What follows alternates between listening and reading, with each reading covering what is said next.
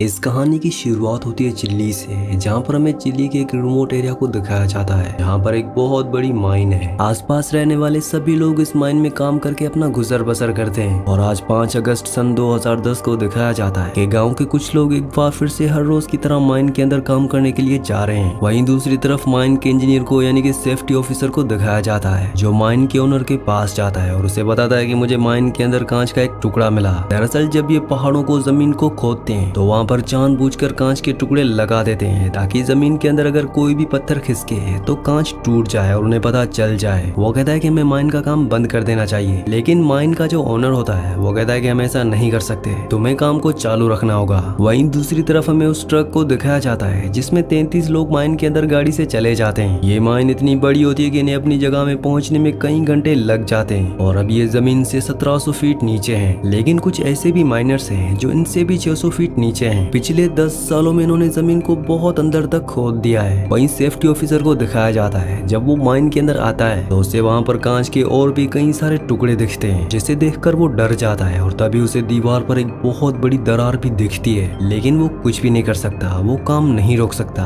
क्योंकि ओनर्स ने ऑर्डर दिए होते हैं कि काम चालू रखना होगा। अब जमीन से 1700 फीट नीचे है, जहाँ पर 33 माइनर्स काम कर रहे होते हैं, तभी अचानक वहाँ पर जमीन हिलना शुरू हो जाती है। सब के सब पूरी तरह से घबरा जाते हैं। सेफ्टी ऑफिसर यहाँ पर आता है और उन सबको गाड़ी में बैठाता है और यहाँ से निकालने की कोशिश करता है। लेकिन तभी आगे चट्टान गिरने की वजह से जिस रास्ते से ये बाहर जा सकते थे वो पूरी तरह से बंद हो जाता है। अब इन्हें कुछ भी समझ नहीं आता कि इन्हें क्या करना चाहिए। अभी ये डिसाइड करते हैं कि इन्हें 600 फीट और नीचे जाना चाहिए, जहाँ पर दूसरे माइनर्स काम कर रहे हैं, क्योंकि वहाँ से भी निकलने का एक रास्ता होता है। ये अपनी गाड़ी को उस तरफ मोड़ लेते हैं, लेकिन तभी ये देखते हैं कि 2 और माइनर्स हैं जो गाड़ी के पीछे भाग रहे होते हैं। इन्हीं में एक होता है जिसका नाम मारियो है। मारियो उन दोनों के हाथ को पकड़कर ऊपर खींच लेता है और अब ये जब 600 फीट और नीचे जा रहे होते हैं तभी इनके सामने एक दूसरी गाड़ी आ जाती है, जो उन माइनर्स की गाड़ी होती है जो उनसे 600 फीट नीचे काम कर रहे थे। दरअसल वहाँ भी चट्टान गिरने की वजह से वहाँ का जो रास्ता था वो पूरी तरह से ब्लॉक हो चुका था और अब इनके सामने जो सड़क होती है वो भी फटना शुरू हो जाती है। इसीलिए सब के सब अपनी जान बचाकर गाड़ी से उतरकर एक किनारे हो जाते हैं। और इससे पहले कि ये कुछ समझ पाते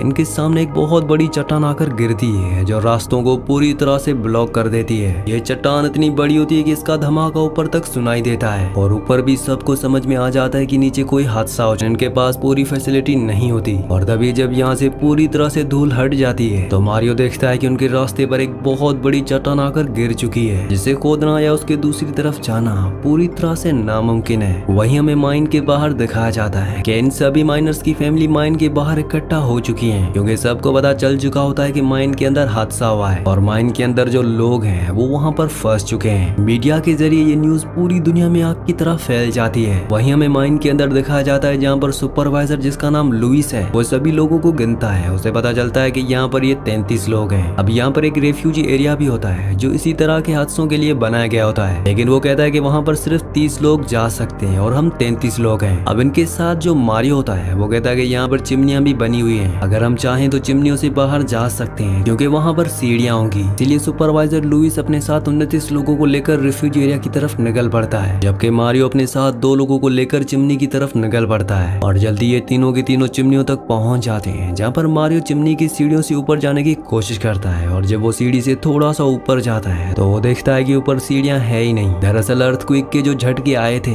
शायद उस वजह से सीढ़ियां पूरी तरह से टूट चुकी हैं और अब ये तीनों के तीनों यहाँ पर हताश हो जाते हैं। वहीं 30 लोगों को दिखाया जाता है जो रिफ्यूजी एरिया तक पहुंच जाते हैं। वहाँ पर वो देखते हैं कि उनके लिए खाने की सप्लाई वहाँ पर बहुत कम होती है और ना ही इनके पास दवाइयाँ होती है। और अब मारियो भी अपने साथियों के साथ उसी रिफ्यूजी एरिया में पहुंच जाता है। इन सब को नहीं पता कि इन्हें कोई यहाँ पर बचाने आएगा भी कि नहीं, क्योंकि ये सब के सब जमीन से बहुत नीचे होते हैं। अब जब ये सब अपनी सोचों में डूबे होते हैं कि तभी एक बार फिर से यहाँ पर जमीन हिलना शुरू हो जाती है। सबकी सांसें थम जाती हैं। इन्हें लगता है कि अब इनकी जिंदगी का अंत आ चुका है। इन्हें अपने आगे अंधेरे के अलावा और कुछ भी नहीं दिखता और ये सब के सब गॉड से प्रेयर करते हैं और तभी अर्थक्वेक अपने आप ही रुक जाता है। वहीं माइन के बाहर दिखाया जाता है जहाँ पर इन 33 लोगों की फैमिलीज वाले आ चुके हैं। वो माइन के लोगों से ऑफिसर से पूछना चाहते हैं कि अंदर क्या हो रहा है, लेकिन वो अपनी गन निकाल कर उन सबको भगाने की कोशिश करते हैं, पर वो लोग वहाँ से नहीं जाना चाहते क्योंकि उनके अपने माइन के नीचे फंसे हुए हैं। इसलिए ये वहाँ पर शोर करना शुरू कर देते हैं और बाहर पूरी रात खड़े रहते हैं। अगली सुबह हमें एक माइन ऑफिसर को दिखाया जाता है जो चिल्ली के प्रेसिडेंट के पास जाता है और उन्हें बताता है कि माइन के अंदर कई लोग फंस चुके हैं, हमें उनकी मदद मदद करनी चाहिए। प्रेसिडेंट कहता है कि ये काम माइन के ओनर्स का है। दरअसल ये सारी की सारी माइंस प्राइवेट होती हैं, लेकिन माइन ऑफिसर कहता है कि उनके पास इतनी एडवांस मशीनें नहीं है जिससे वो लोगों को बचा सके। आपको उनके लिए कुछ करना चाहिए। अगर आप उन सभी लोगों को बचा लेते हैं तो इंटरनेशनली आपका नाम होगा, क्योंकि ये खबर पूरी दुनिया में फैल चुकी है। प्रेसिडेंट को माइन ऑफिसर की ये बात सही लगती है और वो कहता है कि तुम उन्हें बचाने के लिए कुछ भी करो। अगली सुबह दिखाया जाता है कि माइन ऑफिसर उस माइन के बाहर पहुंच जाता है जिस माइन के अंदर 33 लोग फंसे हुए हैं। वहाँ पर वो उन सभी की फैमिलीज को यकीन दिलाता है कि वो उन सबको बचा लेंगे। और अब वो अंदर माइन के ओनर के पास जाता है और कहता है कि हमें उन 33 लोगों को बचाना होगा। लेकिन माइन का ओनर कहता है कि ऐसा नहीं हो सकता, अंदर बहुत बड़ा हादसा हुआ है, मुझे नहीं लगता कि अंदर कोई भी बचा होगा। और जिस जगह जमीन की जिस गहराई पे वो सब काम कर रहे थे वहाँ तक पहुँचना पूरी तरह से नामुमकिन है। वैसे भी वहाँ पर सिर्फ 3 दिनों का खाना है और हमें वहाँ पहुँचने में कई महीने लग जाएंगे। और तब तक अगर हम वहाँ पहुँच भी गए तो वो सब के सब भूख से मर चुके होंगे। और अब मिनिस्टर ऑफ माइन यानी कि माइन ऑफिसर को भी यकीन हो जाता है कि माइन का जो ओनर कह रहा है वो बिल्कुल सही कह रहा है। वो बाहर जाता है और लाउड स्पीकर पर सबको कहता है कि हम इस ऑपरेशन को शुरू नहीं कर सकते क्योंकि अंदर कोई भी जिंदा नहीं होगा।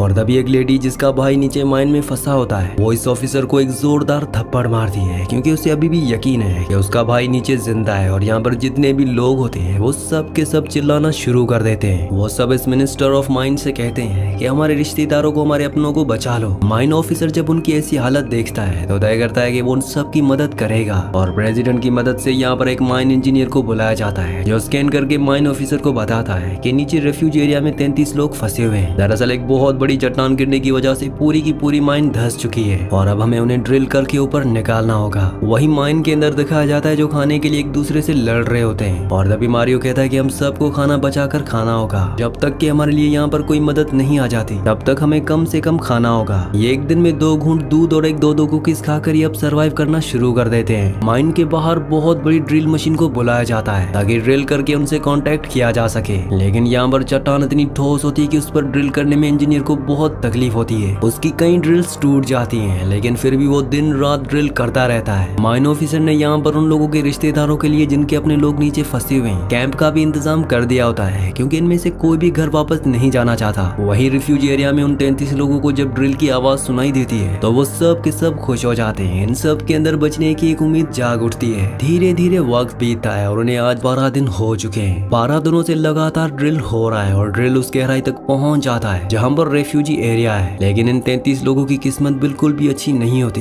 क्योंकि ड्रिल मशीन ने जहां पर छेद किया होता है वो इस जगह से 12 मीटर दूर होता है, जहाँ तक ये नहीं पहुँच सकते। यानी कि इतने दिनों की जो मेहनत थी वो पूरी तरह से बेकार हो गई। साथ ही अब इन 33 लोगों का खाना लगभग पूरी तरह से खत्म हो चुका है। बस अब इनके पास एक और दिन का खाना बचा है। वही इंजीनियर भी अपने पूरे हथियार डाल देता है। वो कहता है कि चट्टान बहुत मजबूत है और दोबारा ड्रिल नहीं किया जा सकता। हालांकि माइन मिनिस्टर उसे कन्विंस करने की कोशिश करता है कि तुम्हें उनकी मदद करनी चाहिए, उनकी फैमिलीज बाहर है, उनकी हमसे बहुत उम्मीदें हैं। लेकिन इंजीनियर उसकी बात का कोई जवाब नहीं देता और वहाँ से चला जाता है। रात को एक बार फिर से इंजीनियर माइन मिनिस्टर के पास आता है और वो कहता है कि हम एक बार फिर से ड्रिल करेंगे। और अब ये दूसरी जगह से ड्रिल करना शुरू कर देते हैं। ठोस चट्टान की वजह से इन्हें ड्रिल करने में बहुत मुश्किल आ रही होती है। वही माइन के अंदर दिखाया जाता है जो सब के सब पूरी तरह से हताश हो चुके हैं। ये सब के सब अब मौत का इंतजार कर रहे होते हैं, क्योंकि इनका खाना कई दिन पहले खत्म हो चुका है। मारियो जब लेटा होता है तभी उसके ऊपर एक पानी की बूंद गिरती है। दरअसल ऊपर से जो दूसरा ड्रिल किया था वो बिल्कुल सही जगह पर हुआ होता है, जिस वजह से ड्रिल यानी कि छेद उस जगह हो जाता है जहाँ पर ये 33 लोग फंसे हुए हैं। और जब ये ड्रिल को यानी कि छेद को देखते हैं तो सब के सब खुश हो जाते हैं और उनके अंदर एक बार फिर से जीने की उम्मीद जाग उठती है। अब ड्रिल का जो सिरा नीचे यानी कि रिफ्यूजी एरिया में आया होता है ये इस पर जोर जोर से मारना शुरू कर देते हैं। ऊपर जो माइन मिनिस्टर होता है वो उसे सुन लेता है। साथ ही ये ड्रिल के मुंह पर एक नोट भी बना देते हैं जिसमें मैसेज लिखते हैं कि हम सब यहाँ पर जिंदा हैं। और जब ड्रिल की रोड को ऊपर खींचा जाता है तो वो नोट सब पढ़कर बहुत खुश हो जाते हैं। इन लोगों के जितने भी रिश्तेदार बाहर होते हैं उन सब की आंखों में आंसू आ जाते हैं, क्योंकि ये सब भी उम्मीद खो बैठे थे। लेकिन अब भी इन्हें यकीन है कि इनके अपनों को बचा लिया जाएगा। मीडिया के जरिए ये बात पूरी दुनिया में फैल जाती है और अब अलग अलग कंट्रीज से कई लोग इनकी मदद के लिए यहाँ पर पहुंच जाते हैं। नासा इनके लिए एक खास ट्यूब भेजती है जिस ट्यूब के जरिए इन तक नीचे खाना, पानी और जरूरत की चीजें भेजी जाती है। साथ ही इन्हें वीडियो कॉल से कनेक्ट भी किया जाता है जिससे अंदर फंसे सभी लोग अपने अपने लोगों से बाहर बात करते हैं। साथ ही चिल्ली के जो प्रेसिडेंट होते हैं वो भी उन 33 लोगों से बात करते हैं। वो उन्हें यकीन दिलाते हैं कि इस बार जो क्रिसमस आएगा तुम अपनी फैमिली वालों के साथ मनाओगे, जिससे सब के सब बहुत खुश हो जाते हैं। अब जो ऊपर इंजीनियर होता है वो इन 33 लोगों लोगों को बाहर निकालने के लिए बचाने के लिए 3 अलग अलग प्लेन्स बनाता है, ताकि अगर 1 या 2 प्लेन खराब भी हो जाए तो तीसरे प्लेन से इन्हें बचाया जा सके। अब इन्हें बचाने के लिए काम शुरू किया जाता है, लेकिन जल्दी इनका प्लेन 1 और प्लेन 2 पूरी तरह से खत्म हो जाते हैं, यानी कि वो पूरी तरह से फेल हो चुके हैं। और अब इनके पास प्लेन 3 बचा हुआ है, जिसमें इन्हें काफी मुसीबतों का सामना करना पड़ता है। लेकिन इंजीनियर एक बार फिर से उस प्लेन को शुरू करके अपने काम को एक बार फिर से शुरू कर देता है। पर अब बड़ी मुश्किल ये होती है कि जो चट्टान नीचे माइन के ऊपर गिरी थी, अब वो धीरे धीरे नीचे खिसक रही है, यानी कि जल्द से जल्द इन सबको ऊपर लाना होगा, नहीं तो ये सब के सब चट्टान के नीचे दब जाएंगे। लगातार ड्रिलिंग करने के बाद ये उस चट्टान तक पहुंच जाते हैं जो माइन के ऊपर गिरी थी। वो बहुत ज्यादा ठोस होती है, इसीलिए उसके ऊपर ड्रिल नहीं हो रहा होता। और इंजीनियर माइन के अंदर फंसे हुए माइनर से बात करता है, और तब वो इंजीनियर को कहते हैं कि हमें नीचे एक धमाका करना होगा जिससे चट्टान टूट जाएगी। हालांकि ये बहुत खतरनाक होता है, लेकिन इनके पास अब कोई भी रास्ता नहीं होता और ये उस चट्टान पर एक धमाका करते हैं, जिसका मतलब ये है कि अब ड्रिल पूरी तरह से आर पार किया जा सकता है। आज इन सबको फंसे हुए यहाँ पर पूरे 59 दिन यानी कि लगभग 2 महीने हो चुके हैं। और 2 महीने के बाद नासा की उस कैप्सूल को, जो नासा ने इनको बचाने के लिए भेजा था, उस कैप्सूल को नीचे भेजा जाता है और पहला आदमी उस कैप्सूल में जाने के लिए तैयार हो जाता है। जाने से पहले वो बहुत ज्यादा इमोशनल होता है, क्योंकि उसने अपनी जिंदगी के 59 दिन यहाँ पर बिताए थे, उसके साथ ही अब भी वहाँ पर है। और उसके बाद उसे कैप्सूल में बिठाकर ऊपर खींचा जाता है, पर तभी अचानक रास्ते में कैप्सूल रुक जाता है, जिस वजह से कैप्सूल के अंदर उस माइनर को सांस लेने में बहुत तकलीफ होती है। लेकिन एक बार फिर से कैप्सूल को नीचे करके ऊपर खींचा जाता है, जिस वजह से वो आदमी बाहर आ जाता है और एक एक करके अगले 24 घंटों में सभी लोगों को यहाँ से बचाकर निकाल दिया जाता है। और इस तरह से इन 33 लोगों को, जिन्होंने जीने की उम्मीद पूरी तरह से खो दी थी, उन सबको बचा लिया जाता है। मौत का इस तरह से सामना करने के बाद अब इन सबको जिंदगी के मायने असल में पता चलते हैं। इन्हें पता चलता है कि जिंदगी में खाने की क्या वैल्यू होती है, अपने लोगों की क्या वैल्यू होती है, और जिंदगी का तोहफा जो खुदा ने हमें दिया है उस तोहफे की क्या वैल्यू है। हमें जिंदगी में हर एक पल को जीना चाहिए, ताकि भाग दौड़ की जिंदगी में हमेशा भागते रहना चाहिए। हालांकि ऐसा करने से कुछ लोग अपनी जिंदगी में अचीव तो कर लेते हैं, लेकिन वो जिंदगी जीना भूल जाते हैं। इसी सीन के साथ इस मूवी का सच्ची कहानी का एंड हो जाता है। अगली कहानी आप किस मूवी पर सुनना चाहते हैं मुझे नीचे कमेंट्स में जरूर बताना, क्योंकि मैं आपके कमेंट्स पढ़ता हूँ और आपके प्यारे प्यारे कमेंट्स का बहुत बहुत शुक्रिया।